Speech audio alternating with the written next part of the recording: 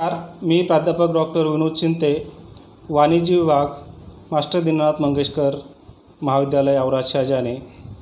मी आज आपल्यासमोर स्वॉट ॲनालिसिस याविषयी चर्चा करणार आहे.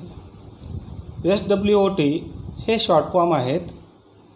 जसे S म्हणजेच स्ट्रेंथ बलस्थाने, W म्हणजेच विकनेसेस दुर्गम स्थाने, O म्हणजेच अपॉर्च्युनिटी संधी आणि T म्हणजेच थ्रेट्स संभावित धोके. स्वॉट ॲनालिसिस हे निर्णय घेण्याचे एक तंत्र आहे. आपण दैनंदिन जीवनात असेल किंवा व्यावसायिक जीवनात असेल, सातत्याने आपल्याला निर्णय घ्यावयाचे असतात आणि निर्णय घेत असताना आपल्याला उपलब्ध पर्यायापैकी योग्य पर्याय निवडायचा असतो. पर्यायाची संख्या जास्त असेल तर निश्चित स्वरूपातून निर्णय घेत असताना आपण सातत्याने कन्फ्यूज झालेले दिसून येतो. नेमके याच ठिकाणी शॉर्ट ॲनालिसिस आपल्याला मदतीला येते, कारण योग्य पर्याय निवडणे गरजेचे असते. सातत्याने आपल्याला वाटत असते की आपण एखादा निर्णय घेत आहोत आणि तो निर्णय जर चुकीचा असेल तर निश्चित स्वरूपातून आपल्याला व्यवसायामध्ये नुकसान होऊ शकतं, किंवा घेतलेला निर्णय जर अयोग्य ठरला तर त्याचे आर्थिक जे दुष्परिणाम आहेत त्याला आपल्याला समोर जावे लागत असते. असे एक ना अनेक समस्या आपल्यासमोर उद्भवत असतात आणि नेमकं या समस्येवर मात करण्यासाठीच, म्हणजेच आपण घेतलेले निर्णय योग्य ठरवण्यासाठीच किंवा घेण्यात आलेले निर्णय योग्य आहेत किंवा नाही हे ठरवण्यासाठीच शॉर्ट ॲनालिसिस मोठ्या प्रमाणात आपल्याला मदत करत असते. शॉर्ट ॲनालिसिसचा या ठिकाणी विवेचन करण्यासाठी मी आपल्यासमोर एक उदाहरण मांडणार आहे. समजा असे गृहीत धरूत की आपला कापड उत्पादनाचा व्यवसाय आहे आणि आपल्याला कापड उत्पादनामध्ये रेडीमेड कपड्याचे उत्पादन करण्याचा निर्णय घ्यावायचा आहे. तर त्या संदर्भात आपण शॉर्ट ॲनालिसिसच्या माध्यमातून या निर्णयाची यश अपयशता या ठिकाणी पडताळून पाहू शकतो. ते कशा प्रमाणात मी आपल्यासमोर या ठिकाणी मांडणार आहे. सर्वात अगोदर आपल्याला कापड उत्पादन म्हणजेच रेडीमेड कपड्याच्या उत्पादनामध्ये प्रवेश करायचा आहे. त्या संदर्भात आपला निर्णय घ्यायचा आहे. तर आपला निर्णय घेत असताना आपल्या निर्णयाला जमेच्या बाजू कोणत्या आहेत, म्हणजे स्ट्रेंथ कोणत्या आहेत हे आपण पाहणे गरजेचे असते. जसे आपल्याला कापड उत्पादनाचा अनुभव असणे हे आपले एक स्ट्रेंथ आहे. आपल्याकडे कापड उत्पादनासाठी आवश्यक असलेल्या मशिनरी उपलब्ध असणे हा दुसरा एक स्ट्रेंथ आहे. भांडवलाची मुबलक प्रमाणात आपल्याकडे उपलब्धता असणे हा आपल्यासाठी स्ट्रेंथ असणार आहे. मनुष्यबळ आपल्याकडे असणे म्हणजेच कामगार आपल्याकडे असणे हे आपलं एक स्ट्रेंथ असू शकतं. त्याचबरोबर वाहतूक व्यवस्था आपल्याकडे असणं हे आपलं स्ट्रेंथ असू शकतं. इलेक्ट्रिसिटी उपलब्ध असणं 24 तास हे आपलं स्ट्रेंथ असू शकतं.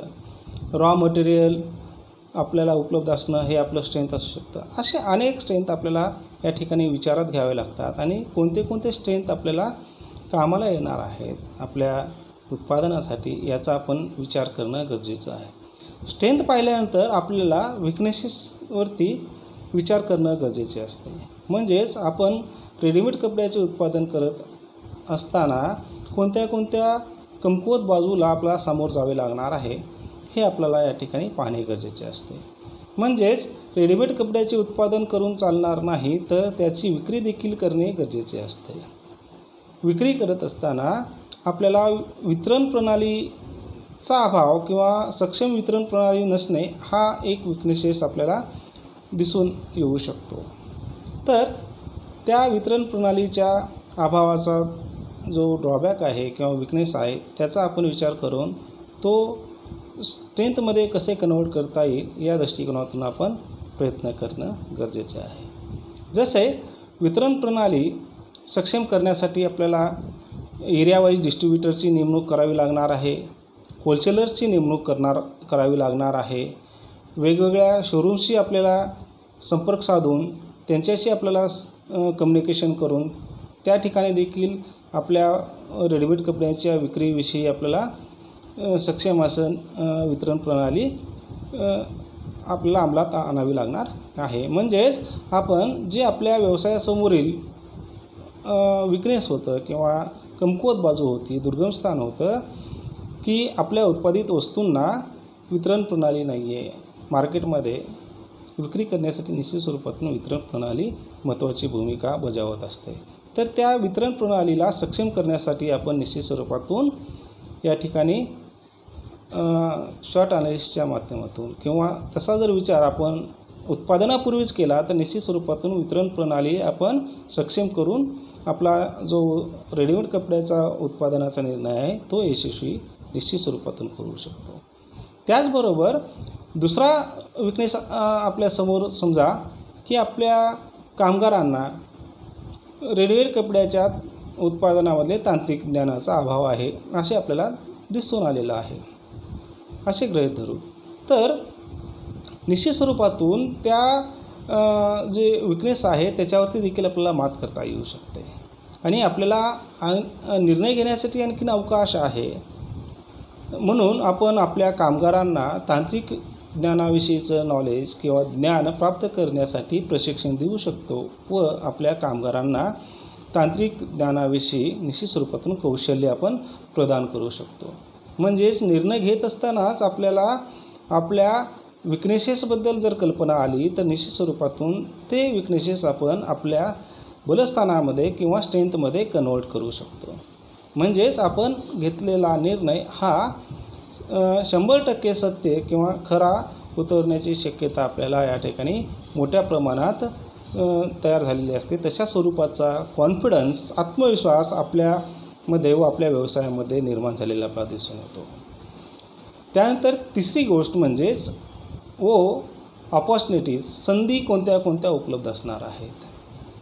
आपण रेडीमेड कपड्याचा उत्पादनाचा निर्णय घेतल्यानंतर आपल्याला कोणत्या कोणत्या संधी उपलब्ध असणार आहेत याविषयी आपण विचार करणं गरजेचं आहे. कारण जेवढ्या मोठ्या संधी तेवढ्याच आपण प्रकर्षाने किंवा तेवढ्याच प्रोत्साहित होऊन आपण जे आपले विकनेसेस असणार आहेत त्या विकनेसेसवरती मात करून ते विकनेसेस स्ट्रेंथमध्ये कन्वर्ट करू शकतो.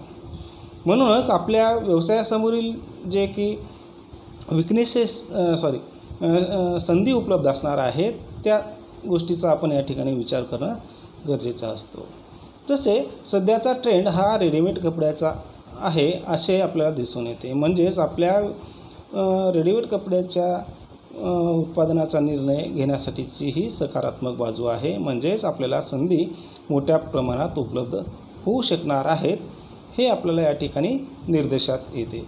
यानंतर शेवटचा घटक म्हणजेच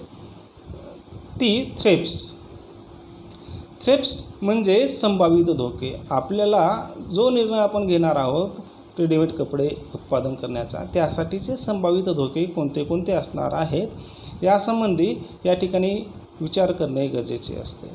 जसे रेडीमेड कपड्याच्या उत्पादनामध्ये आपण प्रवेश करत आहोत तर त्या ठिकाणी आपल्याला निश्चित स्वरूपातून मार्केट सर्वे करणे गरजेचे असते. म्हणजेच रेडीमेड कपड्याच्या फॅशनमध्ये मोठ्या प्रमाणामध्ये सातत्याने बदल होत असतो. हा एक संभावित धोका आपल्याला मार्केट सर्वेमध्ये दिसून येणार आहे.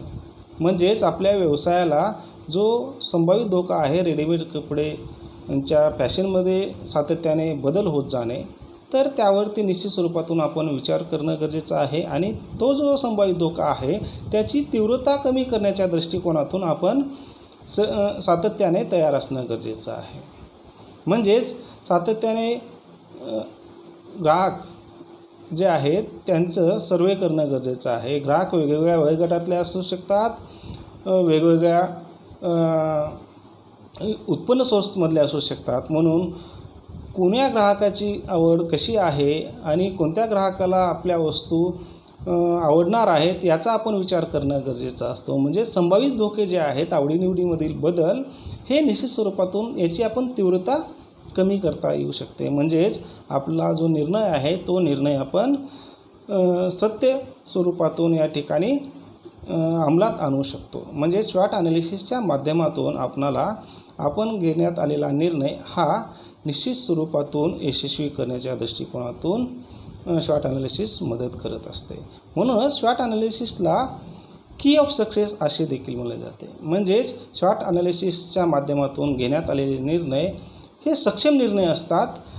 ते निर्णय निश्चित स्वरूपातून 100% सत्य असतात किंवा असू शकतात. म्हणून आपल्याला निर्णय घेत असताना शॉर्ट ॲनालिसिसचा सातत्याने वापर करणं गरजेचं आहे. शॉर्ट ॲनालिसिसचा आपण विचार करत असताना यातले जे 2 घटक आहेत, स्ट्रेंथ आणि विकनेसेस, हे अंतर्गत घटक आहेत. व्यवसायाचं त्याच्यावरती पूर्ण नियंत्रण असतं. आणि ऑपॉर्च्युनिटी आणि थ्रेट्स म्हणजे संधी आणि संभाव्य धोके हे बहिर्गत घटक आहेत. म्हणजेच त्या घटकावरती व्यावसायिकाचे पूर्णतः नियंत्रण असत नाही, म्हणून त्यांना बहिर्गत घटक असे म्हणलेलं आहे. आपले स्ट्रेंथ कोणते असणार आहेत किंवा आहेत हे आपण ठरवू शकतो. आपल्या विकनेसेसवरती आपण मात करण्याचं आपण ठरवू शकतो आणि त्याच्यावरती आपण यशस्वी देखील होऊ शकतो. पण बाजारपेठेमधील संधी ज्या आहेत त्या 100% आपण विचार करू अशाच असू शकत नाहीत. म्हणून बाजारपेठेमधील संधी वरती आपलं नियंत्रण हे 100% असू शकत नाही. म्हणूनच त्या घटकांना बहिर्गत घटक असे संबोधलेलं आहे. त्यानंतर थ्रेट्स किंवा संभावित धोके. संभावित धोक्यांची आपल्याला फक्त आणि फक्त तीव्रता कमी करता येऊ शकते. ते संभावित धोके पूर्णतः आपल्याला नाहीसे करता येत नाहीत किंवा संभावित धोके आपल्याला पूर्णतः टाळता येऊ शकत नाहीत. फक्त आणि फक्त आपण त्या धोक्यांची तीव्रता कमी करता येऊ शकते. जसं तीव्रता कमी करण्याच्या दृष्टिकोनातून मी या ठिकाणी एक उदाहरण देऊ इच्छितो की आपण इन्शुरन्स काढतो. इन्शुरन्स काढल्यामुळे आपल्या 4 व्हीलर गाडीचा आपण इन्शुरन्स काढलेला आहे. अपघात झाल्यानंतर नुकसान भरपाई देण्याचा करार हा इन्शुरन्स काढल्यानंतर विमादार आणि विमा कंपनी यांच्यामध्ये झालेला आपल्याला दिसून येतो. तर अपघाताची तीव्रता ही विमा कंपनी किंवा विमा काढल्यामुळे आपल्याला कमी करता येत नाही, तर विमा काढल्यामुळे त्या अपघातामुळे जे आर्थिक नुकसान आपले होणार आहे ते आर्थिक नुकसान आपल्याला टाळता येऊ शकते किंवा त्या आर्थिक नुकसानाची तीव्रता कमी करता येते. हा जसा संभावित धोका आपल्याला टाळता येऊ शकत नाही, पण त्याची तीव्रता आपल्याला टाळता येऊ शकते. म्हणून थ्रेट्स असेल किंवा ऑपॉर्च्युनिटी असेल याच्यावरती पूर्णतः नियंत्रण हे व्यावसायिकाचं असू शकत नाही. म्हणूनच आपल्याला हे घटक हे बहिर्गत घटक आहेत असे दिसून येते. तर एकंदरीतच या ठिकाणी मी शॉर्ट ॲनालिसिसचा मांडणी केलेली आहे. निश्चित स्वरूपातून निर्णय घेण्यासाठीची हे एक तंत्र आहे आणि या शॉर्ट ॲनालिसिसच्या माध्यमातून आपण आपला निर्णय 100% सत्य किंवा 100% सत्यतेमध्ये उतरण्याची शक्यता आपल्याला नाकारता येत नाही. शॉर्ट ॲनालिसिसचा वापर केल्यामुळे आपल्याला निश्चित स्वरूपातून किंवा आपल्या उद्योग समूहाला एक आत्मविश्वास निर्माण होऊ शकतो आणि आपण घेतलेला निर्णय हा 100% सत्य होत असतो.